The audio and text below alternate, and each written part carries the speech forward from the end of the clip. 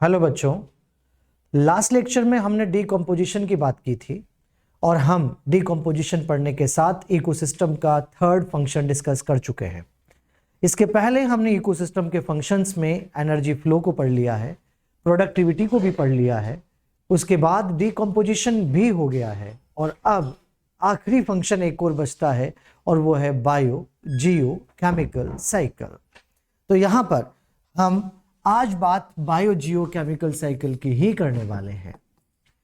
Bio जियो chemical और cycle ये ecosystem का एक आखिरी फंक्शन होगा, क्योंकि 4 फंक्शन इकोसिस्टम के हमने आपको बताए थे और इन चारों फंक्शन में आप बच्चे जानते हैं कि यहाँ पर बायो जियो केमिकल साइकिल एक आखिरी फंक्शन यहाँ पर है।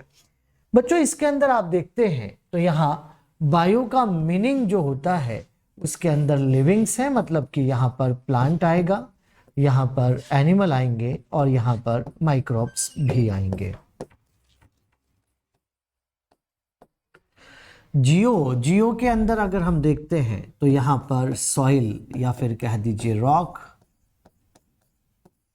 यहाँ पर वाटर और साथ के साथ में यहाँ आप बच्चे देख पाएंगे कि यहाँ पर एयर भी यहाँ पर है। थोड़ा अच्छे से अगर इनको बोलें तो हम कह सकते हैं कि ये लिथोस्फीयर यहाँ पर है, ये यहाँ हाइड्रोस्फीयर है और ये यहाँ एटमॉस्फेयर है। मैंने उनका ही नाम लिखा है जहाँ पर ये केमिकल साइक्लिक हो रहा है, उनकी ही बातें यहाँ पर हो रही है। और जो केमिकल यहाँ पर है ये केमिकल मिनरल भी हो सकता है और गैसियस भी हो सकता है। मिनरल और गैसियस केमिकल यहाँ पर होगा।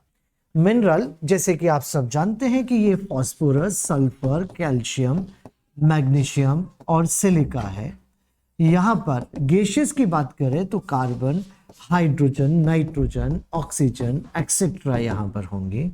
तो आज मैंने बायो जियो केमिकल साइकिल को 2 तरह से डिवाइड कर दिया है, ये मिनरल साइकिल भी है और ये गैसियस साइकिल भी है। अब हमारे मन में सीधा क्वेश्चन पहला आता है कि हम कब कौन सी साइकिल को मिनरल साइकिल कहेंगे और कौन सी साइकिल को गैसियस साइकिल कहेंगे।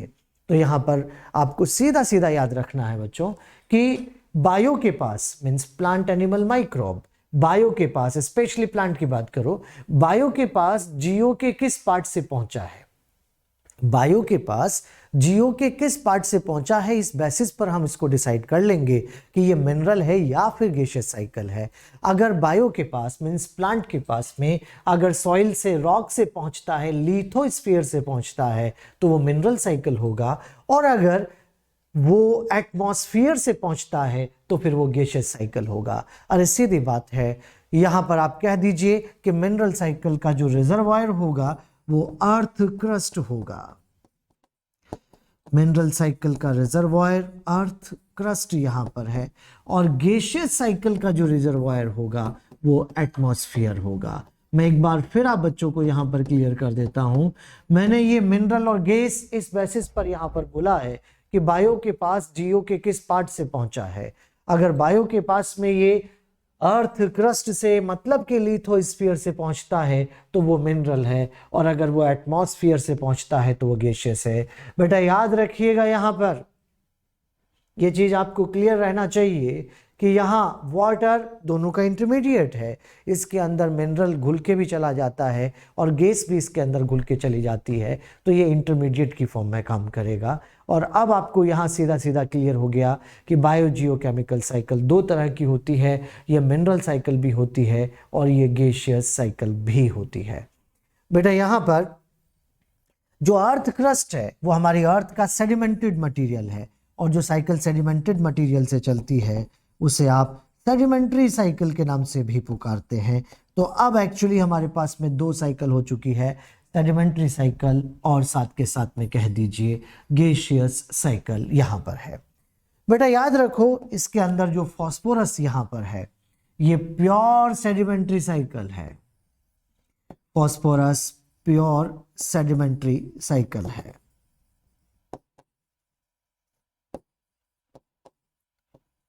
प्योर सेडिमेंट्री इसको इसलिए कहा जा रहा है क्योंकि फास्फोरस का एक्सचेंज गैसियस फॉर्म में नेग्लिजिबल है। फॉस्फोरस एटमॉस्फेरिक गैसियस कॉम्पोजिशन में नेग्लिजिबल है। अगर इसका आना प्लांट के पास होता है तो अर्थ क्रस्ट से ही होता है, और अगर ये अर्थ क्रस्ट से ही आ रहा है तो समझ जाइए ये अर्थ क्रस्ट से ही अगर वहाँ पर पहुँचा तो इसे आप यहाँ हम मिनरल साइकिल या सेडिमेंट्री साइकिल के नाम से पुकारेंगे और प्योर सेडिमेंट्री साइकिल कहेंगे। सल्फर, सल्फर प्योर सेडिमेंट्री नहीं है क्योंकि सल्फर के ऑक्साइड होते हैं, ये प्योर सेडिमेंट्री नहीं होगा। लेकिन याद रखो बेटा, यहाँ इसको मैंने सेडिमेंट्री साइड पर इसलिए लिखा है क्योंकि इसका मैक्सिमम अपटेक होना अर्थ क्रस्ट से होता है, सेडिमेंटेड फॉर्म से होता है, इसलिए मैंने इसको लिखा सेडिमेंट्री साइड पर है। लेकिन याद रखेंगे आप, ये प्योर सेडिमेंट्री नहीं होता। कार्बन प्योर गैसियस साइकिल नहीं है क्योंकि कार्बन कहाँ नहीं है, कार्बन तो एटमॉस्फेयर में भी है, कार्बन लिथोस्फीयर में भी है, अरे कार्बन तो हाइड्रोस्फीयर में भी है, कार्बन सब जगह पर होता है, इसलिए इसको हम प्योर गैसियस साइकिल नहीं कह सकते। यहीं पर एक बात और साथ में मैं आप बच्चों को बता दूं कि जब हम इनको बायो जियो केमिकल साइकिल के नाम से पुकार रहे हैं, क्योंकि ये रहा बायो और ये रहा जियो।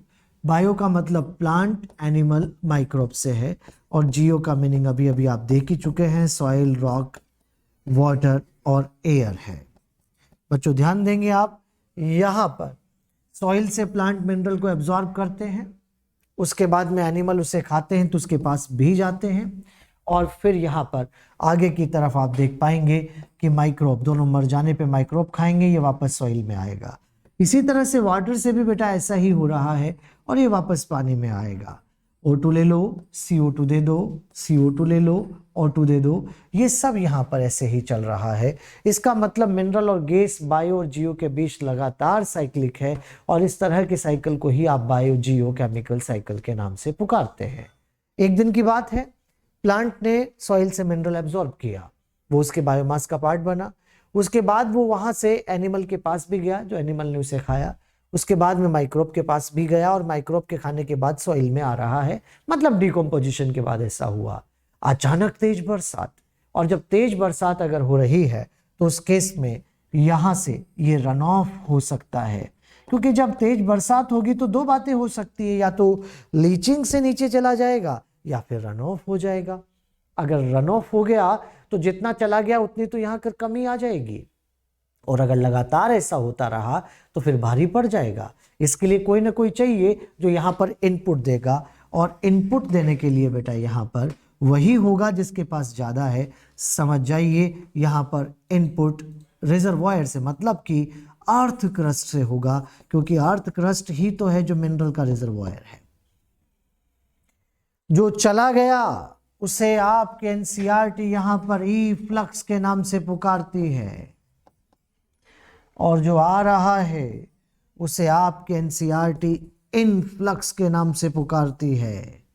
अरे ई फ्लक्स और इनफ्लक्स यहाँ पर हो रहा है, समझ जाइए बेटा, जो यहाँ पर चला गया वो ई फ्लक्स है और जो आ रहा है वो इनफ्लक्स है। एक स्टेटमेंट में बोलता हूँ, सब बच्चों को ये क्लियर रहना चाहिए। ई फ्लक्स से जो इम्बैलेंस क्रिएट हुआ है उसको लगातार बैलेंस करने के लिए जो सोर्स काम करता है उसको रिजर्वायर के नाम से पुकारते हैं। अगर वो मिनरल है तो अर्थ क्रस्ट से आएगा, अगर वो गैस है तो एटमॉस्फेयर से आएगा। मैं रिपीट करूंगा, मेरा स्टेटमेंट फिर सुन लेंगे। ई फ्लक्स से जो इम्बैलेंस क्रिएट हुआ है उसको लगातार बैलेंस करने के लिए जो सोर्स काम करता है उसी को आप रिजर्वायर के नाम से पुकारते हैं। तो यहाँ पर ई फ्लक्स से जो इम्बैलेंस क्रिएट हुआ, अगर वो मिनरल वाला इम्बैलेंस है तो वो कहाँ से आएगा? अर्थ क्रस्ट से आएगा। अगर वो गैस वाला है तो कहाँ से आएगा? एटमॉस्फेयर से आएगा। तो बेटा यहाँ पर याद रखेंगे आप, इस तरह से ये यहाँ पर इम्बैलेंस को ठीक करने का काम कर रहा है। हमारे पास यहाँ पर फॉस्फोरस और कार्बन साइकिल का आज हम बात करेंगे आपसे। फॉस्फोरस साइकिल, कार्बन साइकिल के बारे में चर्चा आपसे करते हैं। तो चलिए पहले फॉस्फोरस साइकिल को ही हम डिस्कस करें। यहीं पर एक स्टेटमेंट मैं आपसे और भी कहूंगा, वो भी आप सुन लीजिए कि सॉइल मॉइस्चर,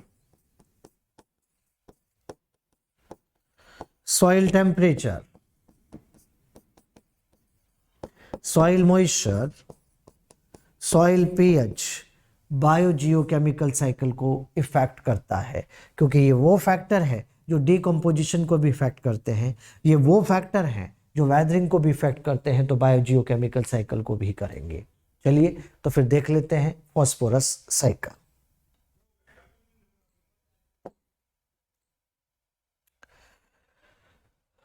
ये रही फॉस्फोरस साइकिल। आओ बेटा देखते हैं।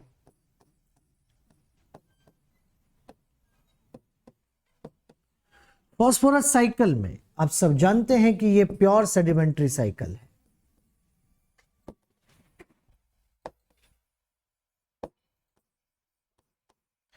और इसका रिजर्वॉयर अर्थ क्रस्ट है।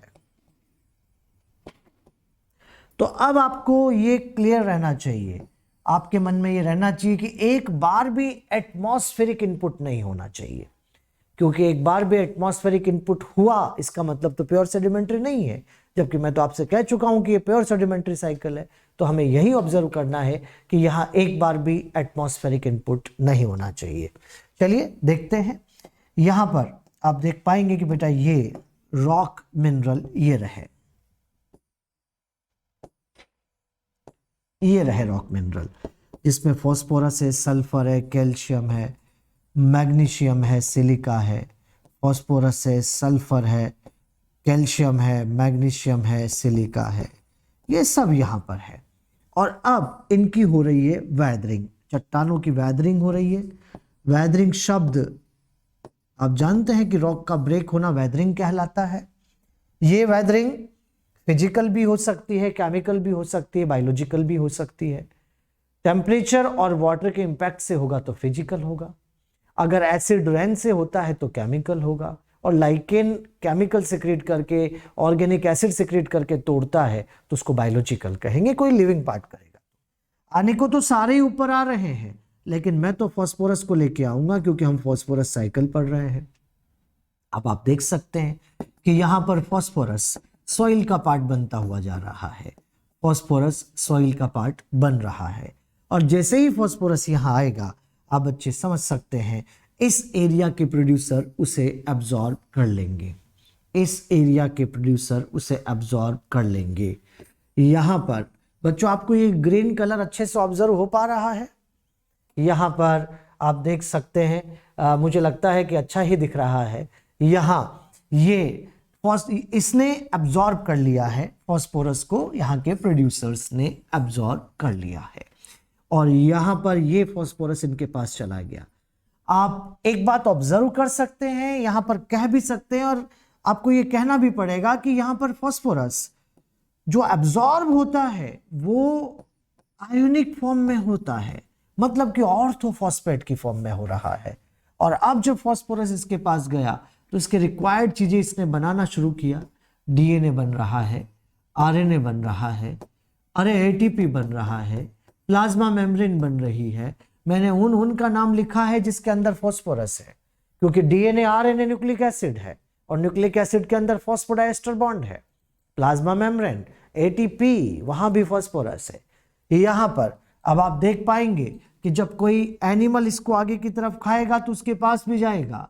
ये देखिए, ये एनिमल इसको खाने आ गया, ये रहा T2, वही T2 जिसको हमने पहले भी बुलाया है। यहां पर ये आएगा और ये इसके अंदर भी ये जा रहा है, और जब इसके पास जाएगा तो ये भी अपनी जरूरी चीजें बना रहा है। इसने यहाँ पर ये देखो टीथ बना लिए हैं, इसके देखो आप ये बॉन यहाँ पर है। अरे बेटा, इसने यहाँ पर वैसे ही डीएनए भी बनाया, इसने आरएनए भी बनाया, इसने यहाँ पर एटीपी भी बनाया, इसने प्लाज्मा मेम्ब्रेन भी बनाई। और अगर ऐसा है तो उस केस में बेटा समझ जाओ ये सब चीजें यहाँ पर है, और जब ये दोनों मर जाते हैं तो डेट्राइटस बनता है। डेट्राइटस का डीकम्पोजिशन हो रहा है, और डीकम्पोजिशन के बाद complex organic matter convert into simple organic matter, और साथ के साथ इनऑर्गेनिक मिनरल फ्री हो जाएगा। Inorganic mineral free free free हो जाएगा। तो ये कॉम्प्लेक्स ऑर्गेनिक मैटर जब सिंपल ऑर्गेनिक में जाएगा तो उसको तो ह्यूमस कहेंगे, और इनऑर्गेनिक मिनरल यहां पर फ्री हो चुके हैं।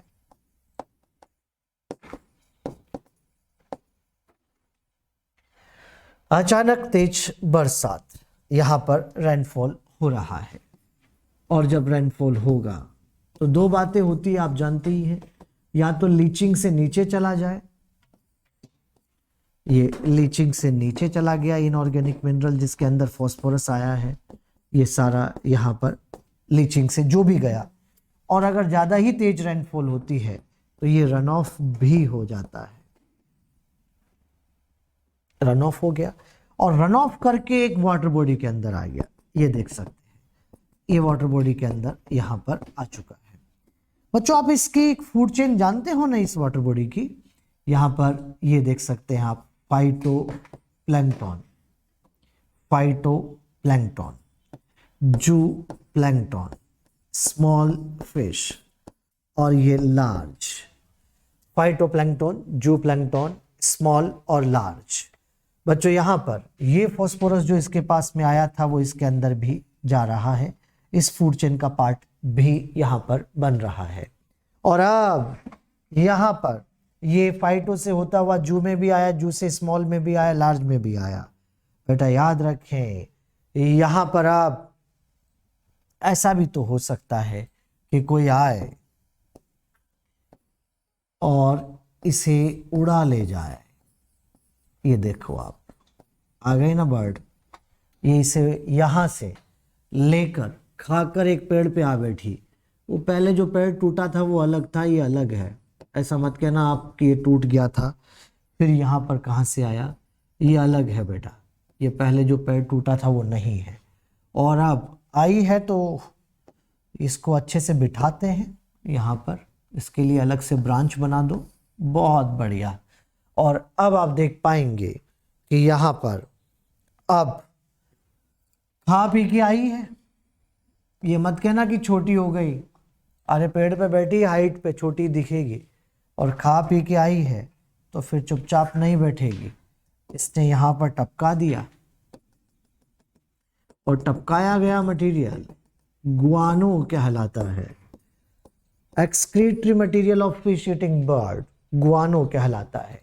उसके अंदर भी फास्फोरस यहाँ पर आया है। तो आप देख पा रहे हैं कि फास्फोरस कहाँ कहाँ नहीं घुमा, कहाँ कहाँ से नहीं आया, लेकिन एक बार भी एटमॉस्फेरिक इनपुट नहीं है बेटा, एक बार भी एटमॉस्फेरिक इनपुट नहीं हुआ। इसका मतलब समझ जाइए कि फास्फोरस यहाँ प्योर सेडिमेंट्री साइकिल है। यही बात मैं आपको यहाँ समझा रहा हूँ, और फास्फोरस किस तरह से मूवमेंट कर रहा है। अगर इस सारी मूवमेंट को एक छोटे से फ्लो चार्ट में भी अगर हम लेते हैं, एक छोटा सा फ्लो चार्ट अगर हम लेते हैं तो उसके अंदर भी आप बता सकते हैं। और यहां पर आप ऐसे कह दीजिए बेटा कि ये रहे रॉक मिनरल, इनसे वेदरिंग हो रही है। ऐसे एक छोटा सा फ्लो चार्ट भी आपके लिए बना देते हैं, और वेदरिंग से ये सॉइल सॉल्यूशन में आ गया, राइट। सॉइल सॉल्यूशन से इसे प्रोड्यूसर एब्जॉर्ब कर लेते हैं, प्रोड्यूसर्स ने इसे अपटेक कर लिया, और प्रोड्यूसर अपटेक करने के बाद ये कंज्यूमर के पास भी चला गया, और कंज्यूमर से यहां से कह दीजिए कि लेटर फॉल हुआ, और उसके बाद में ये डेट्राइटस बन रहा है, और डेट्राइटस का डीकम्पोजिशन, और डीकम्पोजिशन से ये वापस सॉइल सॉल्यूशन में आ गया। और अगर यहाँ से तेज बरसात हो जाती है तो ये रन ऑफ भी हो जाता है, रन ऑफ भी हो रहा है। चलिए, तो ये यहाँ पर एक फ्लो चार्ट की फॉर्म में भी मैंने आपको बता दिया है, और इसी तरह से ये फास्फोरस साइकिल चल रहा है जो प्योर सेडिमेंट्री साइकिल है। कार्बन साइकिल की भी चर्चा मैं आपसे करूंगा। कार्बन साइकिल की चर्चा चलिए आज ही हम कर लेते हैं, और इसके लिए आप देख पाएंगे कि कार्बन साइकिल का रिजर्वॉयर एटमॉस्फेयर भी है, लिथोस्फीयर भी है, हाइड्रोस्फीयर भी है। बच्चों आप जानते हैं कि एटमॉस्फेयर में कार्बन डाइऑक्साइड, लिथोस्फीयर में ये कोल, पेट्रोलियम, लाइमस्टोन और डोलोमाइट के रूप में है। हाइड्रोस्फीयर में डिसॉल्व्ड कार्बोनेट की फॉर्म में है। याद रखना। अब हर एक बच्चे को ये क्लियर रहना चाहिए कि हमारी टोटल अर्थ कार्बन का जो टोटल कार्बन है उसका 71% कार्बन ओशन में है बेटा, और हमारे अर्थ के टोटल कार्बन का 1% कार्बन ही एटमॉस्फेयर में है बेटा। समझ जाइए, अगर रिजर्वॉयर में वेटेज देना पड़े तो सबसे बड़ा रिजर्वॉयर ओशन है, लेकिन फिर भी कार्बन साइकिल गैसियस साइकिल है क्योंकि सबसे ज्यादा एक्सचेंज एटमॉस्फेयर से हो रहा है। यहां अब आपको ये चीज क्लियर रहनी चाहिए कि सबसे बड़ा रिजर्वॉयर ओशियन, सबसे ज्यादा एक्सचेंज एटमॉस्फेयर से, तो कार्बन साइकिल गैसियस साइकिल है। और जहां सबसे कम कार्बन है वहां से एक्सचेंज सबसे ज्यादा है। समझ जाओ, अगर कोई कमी आएगी तो वही रेगुलेट करेगा जिसके पास सबसे ज्यादा होगा। अगर कभी आपसे ऐसा कहा जाता है तो कोई गलत नहीं कि ओशियनिक कार्बन एटमॉस्फेरिक कार्बन को रेगुलेट करता है, बिल्कुल सही बात है। ये उसे रेगुलेट कर रहा है क्योंकि वहां सबसे कम है और यहां सबसे ज्यादा है। कैसे रेगुलेट करता है, आओ बेटा हम इसको कार्बन साइकिल के माध्यम से समझते हैं। ये देखेंगे आप, ये रही एटमॉस्फेरिक कार्बन डाइऑक्साइड। यहां पर प्रोड्यूसर्स इसे फोटोसिंथेसिस के टाइम पर अपटेक कर लेते हैं। एक बात सब बच्चे याद रखो, हमारी अर्थ के total plant, tree, herb, shrub, phytoplankton एक साल में जितना फोटोसिंथेसिस कर लेते हैं 4 × 10⁻13 किलोग्राम कार्बन, एक एस्टिमेटेड वैल्यू है पर ईयर, अपने बायोमास में ले आते हैं बेटा। मतलब इतना कार्बन फिक्स कर लेते हैं, प्लांट अपने बायोमास में ले आते हैं। और अब जब कोई कंज्यूमर इन्हें खाता है तो उसके पास भी ये जा रहा है। जब यहां से ट्री और कंज्यूमर रेस्पिरेशन करेंगे तो उसके पास भी जाएगा, मतलब वापस एटमॉस्फेयर में जाएगा। जब दोनों मर जाते हैं तो डेट्राइटस बनता है, और डेट्राइटस का हो रहा है डीकंपोजिशन, और डीकंपोजिशन से ये आ जाते हैं सॉइल में, मतलब कि ह्यूमस, यहां भी कार्बन पहुंच गया। लेकिन जब डीकंपोजिशन हो रहा है तो माइक्रोबियल रेस्पिरेशन हो रहा है, और माइक्रोबियल रेस्पिरेशन से भी ये वापस एटमॉस्फेयर में जा रहे हैं, वहीं पर जाएगा CO2 की फॉर्म में। कंसिडरेबल अमाउंट है, थोड़ा बहुत नहीं है, बहुत सारा अमाउंट है, तभी तो लिख रहा हूं। अगर थोड़ा बहुत ही होता तो मैं लिखता ही नहीं बेटा। यहां पर जो पुराने टाइम की उथल पुथल से कोल, पेट्रोलियम,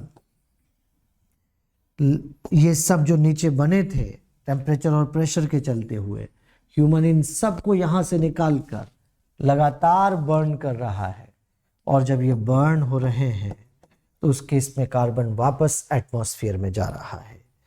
यहां ये तो बातें लिथो और एटमॉस्फेयर की है। इधर आ जाइए, जब एटमॉस्फेयर में CO2 कंसंट्रेशन ज़्यादा हो जाएगी तो CO2 पानी के साथ घुल जाती है, और पानी के साथ घुल के H2CO3 बना रही है। ये H2CO3 यहाँ पर ब्रेक डाउन होकर H+HCO3 में टूट जाता है, और ये कैल्शियम से रिएक्ट करके यहाँ पर कैल्शियम कार्बोनेट, कैल्शियम बाइकार्बोनेट बना रहे हैं। कैल्शियम कार्बोनेट, कैल्शियम बाइकार्बोनेट ऐसे ऑर्गेनिज्म की आउटर कवरिंग है जिन्हें कोरल कहते हैं, जिन्हें आप कोरल के नाम से पुकारते हैं। यहां पर ये देखें, और कोरल जब मर जाते हैं तो कोरल रीफ बनती है, अरे कोरल रीफ के अंदर कैल्शियम रिच कार्बन सेडिमेंट है, इसको आप कैलकेरियस सेडिमेंट के नाम से पुकारते हैं। कौन सा sediment? Calcareous sediment. Calcium rich carbon sediment को कैलकेरियस सेडिमेंट कहा जाता है। यहाँ की फूड चेन आप सब बच्चे जानते ही हैं। यहाँ पर फाइटोप्लैंक्टन है, जूप्लैंक्टन है, स्मॉल, लार्ज। बेटा ये यहाँ फोटोसिंथेसिस में इसे अब्सॉर्ब कर रहा है और रेस्पिरेशन में इसे रिलीज भी कर रहा है। ये देख सकते हैं, ये रिलीज भी हो रहा है। बच्चों यहां पर इन सब के मरने से भी ऑर्गेनिक सेडिमेंट बनता है।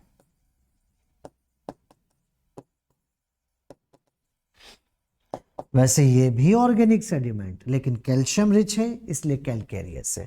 तो ये कार्बन साइकिल से रिलेटेड बातें भी मैंने आपसे बता दी। एक बात मैं आपको क्लियर कर दूं कि मुझे कैलकेरियस सेडिमेंट समझाना था, इसलिए मैंने यहां पर विशेष रूप से कैल्शियम से रिएक्ट करवाया, वरना पानी में और भी चीजें जिनसे रिएक्ट करवा सकते हैं, लेकिन मुझे कैल्शियम रिच कार्बन सेडिमेंट समझाना है, इसलिए मैंने पानी में कैल्शियम से रिएक्ट करवाया है। तो this is all about carbon cycle. और हमने आज फॉस्फोरस साइकिल को भी डिस्कस किया है। आज हमने इकोसिस्टम का एक फंक्शन बायो जियो केमिकल साइकिल को डिस्कस किया बेटा। आगे और भी बातें आपसे बहुत सारी करेंगे। Thank you.